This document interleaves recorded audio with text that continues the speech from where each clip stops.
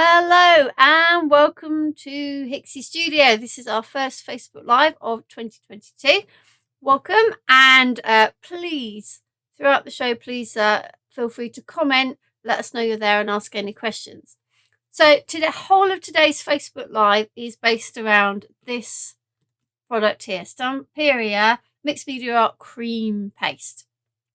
Okay, so what I am going to start off by showing you what it is, how it works, what you can use it with, and then I've got 3 projects: the glass jar, the little papier-mâché heart, and then the alcohol ink canvas to go through. So I'll put these to one side for the moment, and we'll just start by having a look at what is cream paste.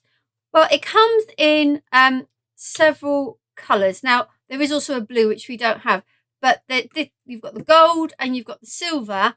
The one that I have been using on all of the things that I've done today is the white, because I feel it's the most versatile, so you can put lots of different things on it. Okay, so I'm going to put these 2 to the side and let's have a look in here. So cream paste is literally what it says. It is just like lightly whipped cream. It is extremely, when you feel the container, it's almost like there's nothing in there, but it's extremely lightweight, light whipped cream, much lighter than a lot of the structure pastes that and gel mediums and those kinds of things. Okay, I'm going to put the lid on that just for the moment, and I'm going to wipe my spatula because I don't want that to harden off. So what does it do? Well, when it dries, it's extremely flexible. You can fold it, you can roll it, so you can put it round things. It's these here have been done using the soft molds or the texture molds that Stamperia also make. This is one of them. This is this one here. This is Oriental Garden, and they are, as you can see, they're quite deep molds. And the idea is you put the paste in, you leave it to dry, which I'll talk about in a moment, and then you take it out. Okay, so I'm going to start with that. Now, in order to show you, I have to do it the other way around because I've already got one in the mold. The paste itself, when you use it with these molds, it can take up to 24 hours, possibly longer, to dry. One of the most important things I think I found with playing with this is you've got to give it time to dry, particularly in these deep molds. Otherwise, if it's not dry, it won't come out. Okay, now here, I've got one already, and this has probably been in there about 48 hours. And I'm going to take this one out. The first thing to do is to go all the way around the outside. Now, as I've been doing this, and I've been playing this for quite a few weeks, you kind of build up a little bit of a knack of what will work and what won't work for you. And when you're taking these things out, you always are best to go all the way round and lift the edge first. Sometimes you get great runs like that. Other times you just need to get your finger under. When I show you how to fill the mold in a moment, I will explain how to make sure you've got enough around the edge to do this. Okay, that's lifting quite nicely. It is one of those things that you're better off taking your time with. Don't rush this. It can rip if you are not careful. Like here, I've already ripped it there. Okay, let's keep going round. Make sure I've got all the edge lifted before I start to remove it from the actual impression part. If you haven't left yourself enough around the edge, you're going to have nothing to start pulling with. Okay, so here we go. Now, the other thing, and I can see I'm probably going to have a few issues with this, is if you do not put enough in, again, it will rip. So we're just going to go careful. These molds are very flexible too. So we can very carefully start to demold this. Now you can see already here, I obviously didn't have enough here, it's got caught. So I'm going to stop and not pull from there. So when I go, I can pull from another direction, it will lift out. Okay. If you're not too bothered as to whether you get a whole and complete impression, then by all means you can go ahead and give it a good old quick. Oh, it looks like I missed an entire edge down here. There we go. Right, let's pull that up. Okay. Continue to pull.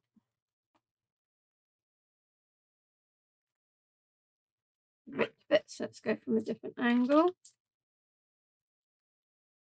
You can hear it pop and release. It releases pretty well, providing you've left it to dry for long enough. There you go. I've got another little bit that's caught there. I'm just going to, for the sake of keeping going, I'm just going to get the spatula into that. No, let's leave it. I'll come back to it.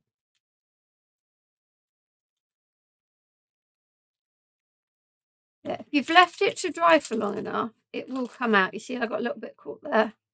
That's the bit that ripped earlier. Here we go. It's all coming up now. Okay, that's the bit that I ripped just now. Come from a different angle.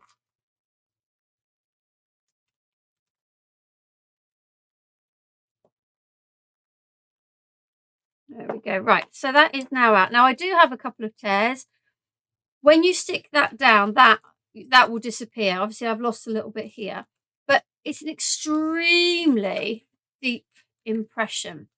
Okay, now I've got a little bit. As you can see, it just literally peels away. It's almost I don't know, plasticky, latexy. It's kind of very, very pliable. And you know, the better you get at doing it, the thinner you can do the layer. I mean, if you look here, this is a lot thinner than here. It's having the the guts to go thin, which I would not suggest when you start. So this is what the molds look like when they have nothing in. So obviously cleaner. And Stamperia do a whole range of these molds, these soft molds, texture molds, designed for the cream paste. You can also use the other pastes in there, obviously.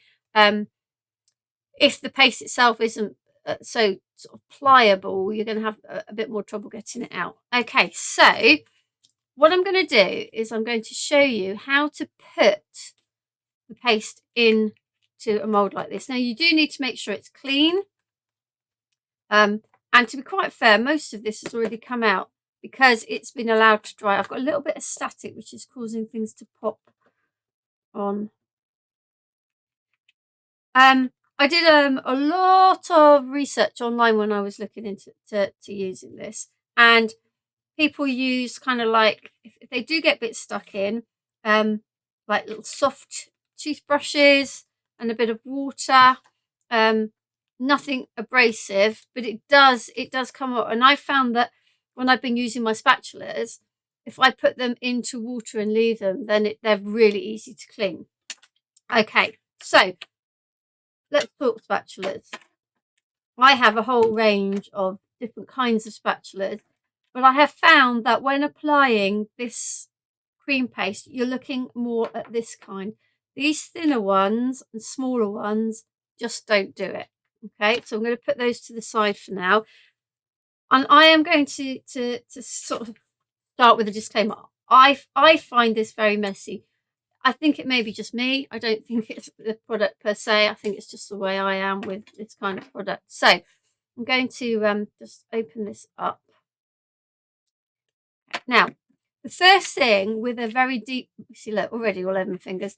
First thing with these deep molds is to make sure that you've got the paste in them. Okay, so we're going to start, and you want an angled spatula. If you've ever done any cake icing, it's the same sort of thing. You need one with an angle on it in order to be able to spread. So get some on the back of the spatula, and then I'm going to start by making sure that the cream paste goes into all of the indents, and in some of the molds are easier than others. I know the other one, this one is called Oriental Garden that I'm using right now. It's sort of one with the dragonfly on. The other one that I've used is called Wings of Life. That one has some very tiny little pieces that you have to be quite careful to make sure you've got the paste in. So on this first go over, I am literally making sure that I have paste in all of the recesses. This big kind of bit there. That's probably the hardest bit. I find that when I see, look, there we go, making a mess already. And when I go over, I tend to put it in, take it out, put it in, take it out, with the way I'm using the spatula. Okay. Make sure that you have put it into all of the recesses. Now, one way of doing it is to turn it over and look. And generally you can see if you've missed anything, and I can see a little bit up there that I've missed. Okay, now if I was to leave it like that and let it dry, it would not come out very well. You can see that there are big gaps here. So as soon as you lift it off, it would just rip in those places. So you need to have a base over the top of this. So I do it in these two layers. I fill up the all of the recesses first, and then I go back over with another layer. Now, when I first was doing it, I was putting on quite a thick layer, but I found over time that I've kind of got a better feel for how much you need. And this is also where you can start to bring it out to the sides, where you need that little bit where you can get your fingernails under, so that you've got some purchase on the side to start pulling it up. Okay, so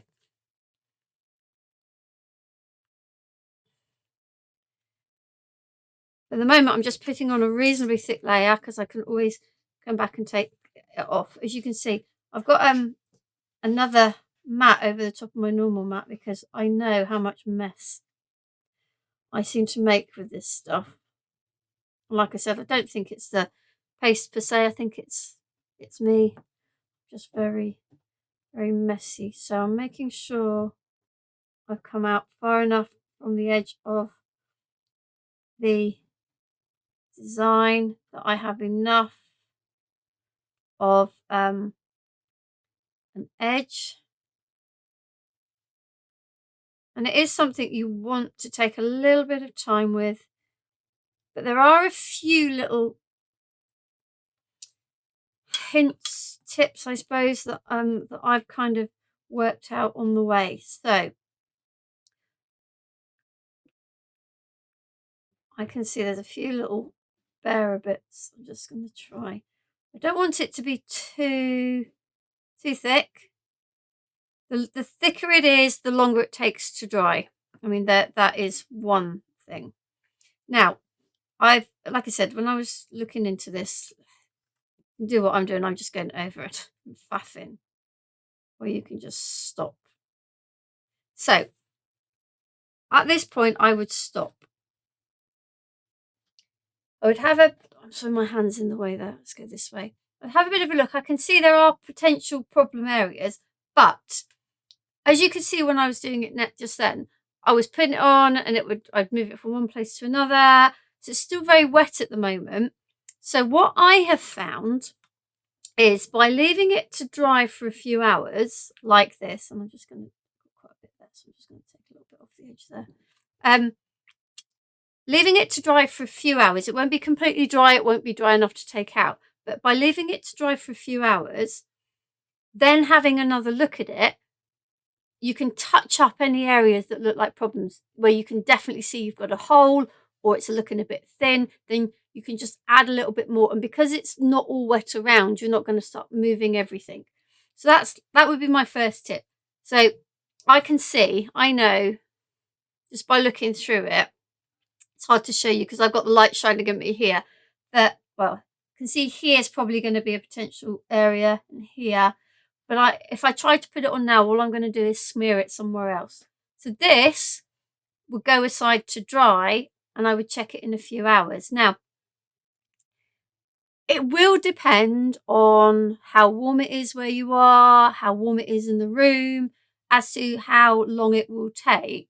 I've had a tendency with these to put them on my radiator, just sort of balance them on the radiator, and they've been fine and they've dried quicker. That said, I have still made sure that they've been sort of drying for a good 24 hours. Okay, so that's the way that these are designed to be used. Okay, and I'm going to put this to one side to dry. I will come back to it another place. I'm going to just tidy up, because otherwise what I end up doing is smearing this everywhere. Okay, so that's, as I said, that's the way that the paste is designed to work with those texture molds. However, I've got another little sort of hack, if you like, something that's will actually save you on your paste. Now you can see this has got tissue paper around it, okay? And that's because rather than on the second layer going back over with paste, I've actually used some tissue paper and some acrylic glue to create that back. Because all you really need is that backing piece that you can pull, that will pull the bits out of the mold. So this is the Wings to Fly mold. Okay, so I'm going to I've got one already in here, so I'm going to take this out and then I'm going to show you, hopefully, how to do this. So I'm just looking to see if I've got any tissue paper. Okay, so as you can see, the tissue paper now provides that backing to pull it out. And with this backing, you also are less likely to get tears, because this doesn't tear like the cream paste would, you said, apart from the edge where I've done that. Okay.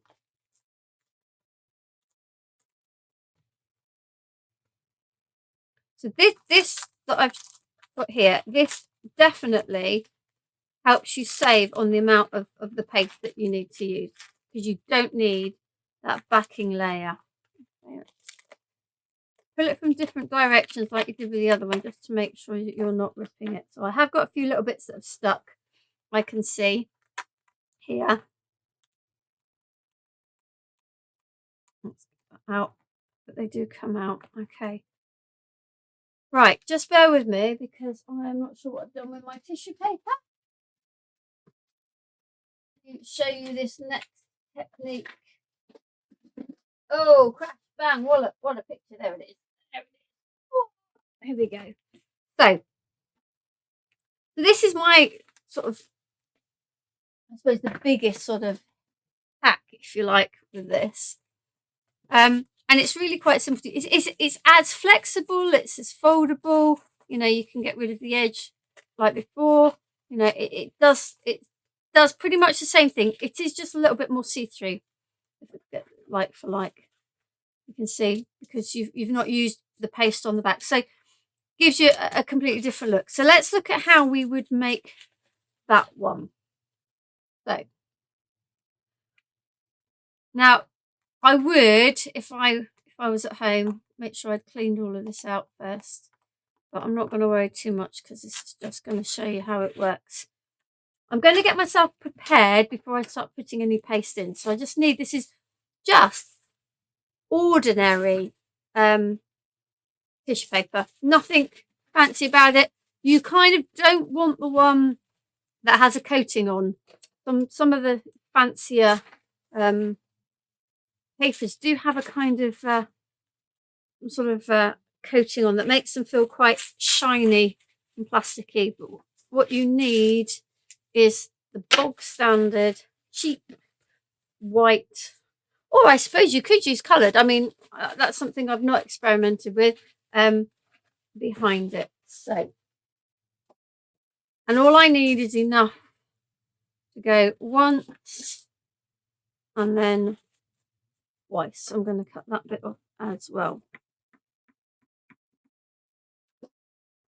I've used the Cosmic Shimmer acrylic glue, and I need some water spray. There we go. I've got water spray here. No, I haven't come get that out. So, picking all the empty ones. I know I've got some full ones. There we go. This will do. Just to make this wet. Okie dokie. So, I've probably got enough, Dean. Don't worry. So, I am going to start by putting. Oh, look, that's what one I was looking for. You see, this one over here. It's got lots of water in. That's the one I was looking for. Hey ho. Right, so I am going to start just like I did last time, and that is to fill all the gaps. Now, this is the one I was saying earlier. These little dotty bits, they are the trickier bits on these, all these little dots. Because you find you put your spatula one way, they look full, and then you move your spatula because you're filling something else, and then it looks like you've emptied them. I'd say on this one, this is the trickier part. But literally this time, rather than kind of filling, completely covering the whole stencil, we are literally just trying to fill in the detail. That's all we need to do this time. I don't need to make sure I've got an edge on it. I don't need to make sure I've got anything behind. So this will definitely help to save on the usage of your paste.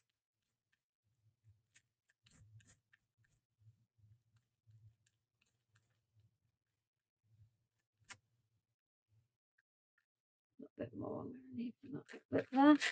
So once you're happy that you've got everything filled, then just scrape off any excess. It's not needed now for this one. Oh, a bit more in there.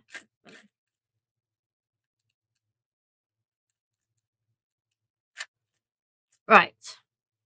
So we're going to put the lid on that, and I am just going to put my spatula into water for the moment. So first thing then is literally I'm going to put paper over the back and press down. Okay. Now you might find you get holes. Don't worry, because the next bit's going to go over, and you can always rip bits up and patch it, because the point of this is to provide a backing, and tissue paper is really quite pliable. Right, so I'm putting some acrylic glue on my craft mat. I have a really old brush. This brush only ever gets used for glue. So you don't want to be using your best brushes. And I'm giving that quite a bit of water. And I know I'm going to need more. Every time I've done this, I think I've got enough, but I always need more. So I'm making this really quite liquid. And then I am just painting it on the back. Now I know already that I've got a bit of a gap there, but I'm not going to worry. I can patch that in a moment. So I'm literally just giving this like a wash over the back with the glue. And I am going to grab a bit of that way to patch that little bit I tore just now up here.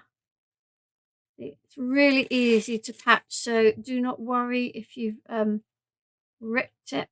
It's not a biggie at all. You want to make sure that you've got good coverage.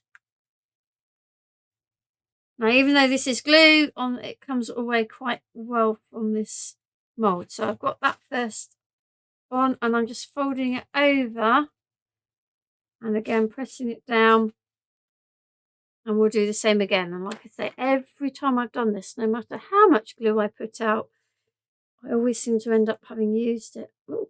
Oh, okay. My glue's like, I don't know that I want to give you any more glue, thank you. Bear with me, I'm just going to stick the pin.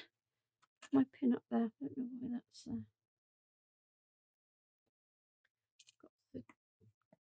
clogged. There we go.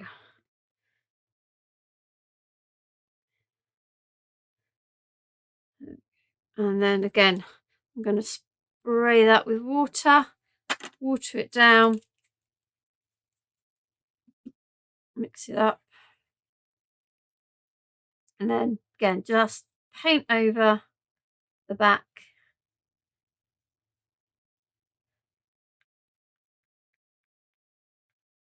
And if you get lumps and bumps, I wouldn't worry too much about it. It's very fine with the tissue paper. You can always sort of like pop the little bubble if you've got a little bubble in there, and then cover it over if need be.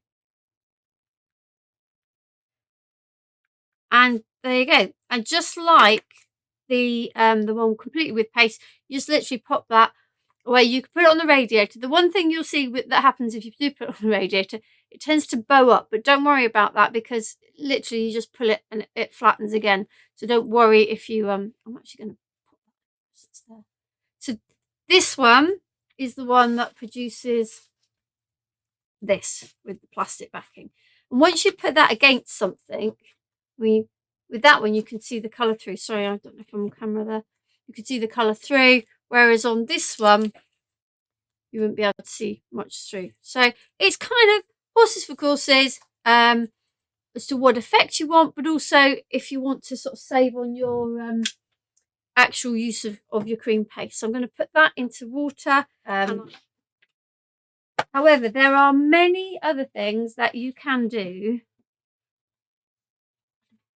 There are many other things that you can do with this. And that's what I'm going to go through with you now. So I did that and I thought, well, what else do I want to be, just constantly buying molds, which is great and they're lovely. But what have I already got that perhaps I could use? And so my first thought was embossing folders, and 3D embossing folders particularly because I felt, they've got quite a deep groove. So this is one. This one is Country Cottage. It's Crafter's Companion 3D embossing folder, and that is what happened when I put the paste in. Really, really lovely effect. Okay. Actually, if I open it out, show you this one here. So with the folders, you've got the front usually is the bit where you're going to get the raised bit from, and that's where this has come from. So just sat in there. I found that applying the cream to the embossing folders a lot easier and faster, and you're able to get a lot thinner with the 3D folder. So that's one folder. Now I had played with the folders. This is another Crafter's Companion 3D one. This one's Floral Frenzy. Now I have played with them and I've used this one on one of the projects. I really like this, but I'd only ever put paste in the embossing side. But again, having a bit of a trawl on the internet, through YouTube, looking at what other people have come up with, I found one lady who actually put it in both sides. So this for me is an experiment. I don't actually think I put enough paste in this side, but we'll see. So this side here is the front of the folder. It's the one that I've got this from before. And this is the back, which I've not tried before. So we're going to do this. Why not? Live on air. So like before, you want to get yourself a bit of an edge to start pulling from. And again, this seems to be easier. I say easier. It comes out a lot sort of more straight, in a more straightforward way, because I think it's not so deep. So I've generally found, and it won't work now because it's like, you know, oh, here we go. I've generally found just by loosening that top edge, I've not had a problem. You get the little tears possibly at the side. This just comes off. Now that looks like I've had some ink or something in this embossing folder, doesn't it? Or something on my spatula before I put the ink in. You see, that is very thin. Even here, I had bits missing, but that's come out brilliantly. So if you've got 3D embossing folders, and I know I have got an absolute loads, a whole new way of using them. So this is the bit I've not tried before. This is the deboss side. Look, there's no problem in cleaning this. So here we go. This I'm not really sure what's going to happen here. I think I'll be quite honest. I struggled more to get the paste on this here because it's got the recesses and you're pushing it in. It felt easier to cover here because you've got the raised bits, because this is going to produce a debossed image. I just found it harder to know if I'd got enough coverage on, but we're going to see. So I definitely had something either on my spatula or on my oh, okay. Ooh. There we go. Not bad. Not bad. Oh, I quite like that as well. So there's your same folder. There's your embossed image and there's your debossed image. I like both. I like both. Excellent. So another way to use the cream paste with your 3D embossing folders. Okay. But then I guess my brain was just going, like, what else? What else can I do with this cream paste? Put all these to one side. One thing a little thing that I will say, I have been using, this is baking parchment, because although they don't stick to each other, they are slightly tacky. And when I've left them in the box for a while, you are kind of having to peel them apart. So if you are making a lot and storing them, little bits of greaseproof or baking parchment or I don't know, whether wax paper will work or not, but something in between just to stop them sticking. So I'm going to put all of those back in my box there so that I don't get myself in a pickle. Right, so let's look at what else I tried. So I thought, right, okay, so if it goes in a mold and pulls out, would it work if I tried it on a die? And the answer is kind of sort of, but not brilliant. So this is what I got off of this die. This is really lovely Elizabeth Crafts die, honeycomb dots, for part of the art journal collection. So what I did with this is I literally had it like this. I kept it on my craft mat. I covered it, but goodness, was it difficult to get out. I think because it's got holes that go all the way through, the paste leaks out the other side, if that makes sense. And so then you get this kind of bit where it won't come out because it's stuck, like all of these bits you can see here just did not want to come out. That said, this bit I'd be quite happy to use on a mixed media project, but dies, they don't release particularly well. Something else I tried, which I don't have to show you because it really did not work, was I tried it on a stamp, a polymer stamp. That was disastrous. I don't know whether red rubber might be better, because I know with red rubber,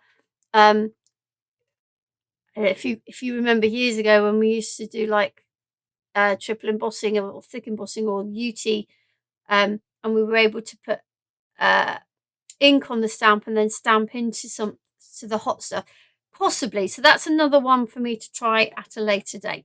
Okay, so dies, stamps, not really. But what else did I try? So I thought, okay, so if I can't put it into the die, is it possible to die cut it? So I tried just literally, this was just smearing it onto a craft mat. You can see bits and pieces that were on my craft mat when I did it. You can get it quite thin. Again, it's really, really flexible. So does it die cut? You know what? Yes, it does. This was die cut from this. And in fact, I'll have a go at it. I need to find some paper. What I did was I put the, because when you spread it, you end up with a little bit of a rough bit. But the bit that's been on your mat is completely flat. So that's the side I put the dye on. And then what I did do, and I have got a bit of paper here, is I put a bit of copier paper underneath because I wasn't sure how well it would cut, to be quite honest, either whether it would stick or whether it would rip. So I put the paper underneath, but then the paper wouldn't come off. So this still has the paper on the back, bizarrely. I don't know if I made it wet with glue or something, whether that paper would then come off. It might well, but let's see if I can get this to do live on air, just to show you. Otherwise you might go, yeah, well, you did that. Might not work in real life. Let's see. But this kind of was a bit, not a game changer, but it was kind of like, wow, that opens up so much possibility, because this stuff is so flexible. That, you know, flexible enough to wrap round things, go round corners, that actually, if you can die cut with it, and all those lovely dies you've got, then, you know, you can use all of those dies in places that perhaps you wouldn't have been able to before. So I tried it deliberately with this die because it is intricate. I have used it with, you know, simple dies, simple shapes. Let's just see. There we go. Which worked fine, but this was, because this was an intricate die, I wanted to see, would it cut, would it hold its shape. So right, let's take the tape off. There we go. You can see the outer shape has cut, no problem.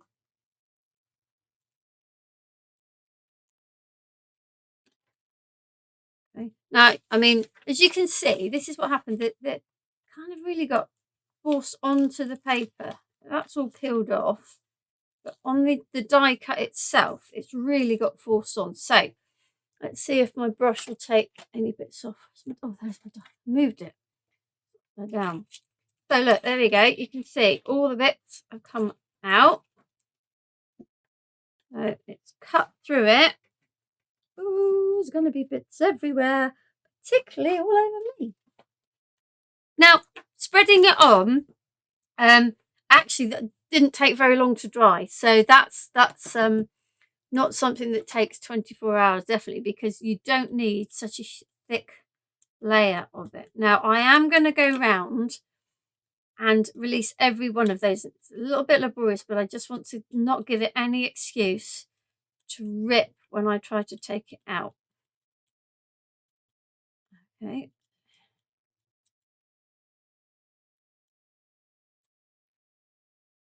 There we go.